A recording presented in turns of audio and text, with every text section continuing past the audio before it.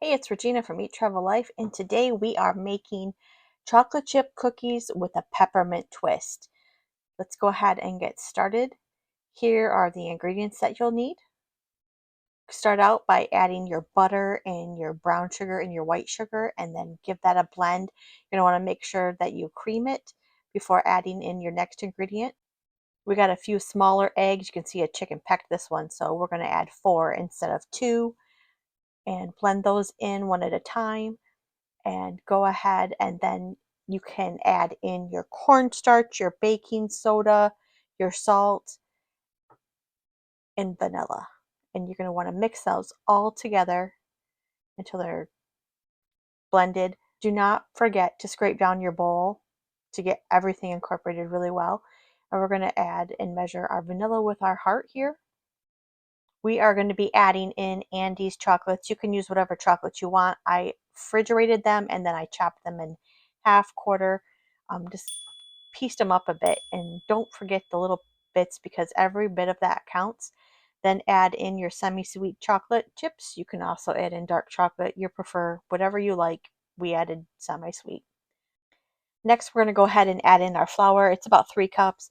You want to add in enough so that your dough is a stiffer dough and it's going to start to pull away from the bowl. Once it's pulling away from the bowl, you're good. You also want to check it. You can touch it. You don't want it to be sticky on your hands. You've got enough flour. We will then put this in a separate bowl that'll fit in the fridge and let it chill for a couple hours. And now it's time to make the cookies. And we will take a little bit of dough. It's still kind of stiff and cold, and we're going to make a little pocket in there, and you can add in another half of a Andes chocolate if you want. You don't have to. My family just said they needed more mint, and then just start to prepare those and add in the mints into each one or leave it out, whatever you prefer. And then we're also, at this point, we've also preheated the oven to 375 degrees. Let me know in the comments what your favorite cookie is that you like to eat or bake. So just repeat the process in making the cookie balls. These ones were a little bit bigger. I usually do about a tablespoon and a half-ish.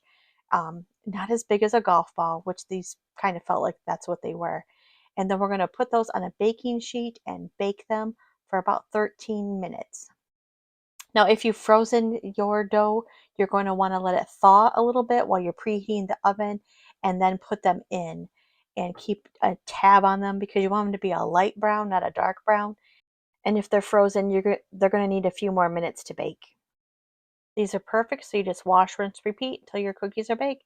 Thanks so much for watching. Make sure you like and subscribe. Have a great day.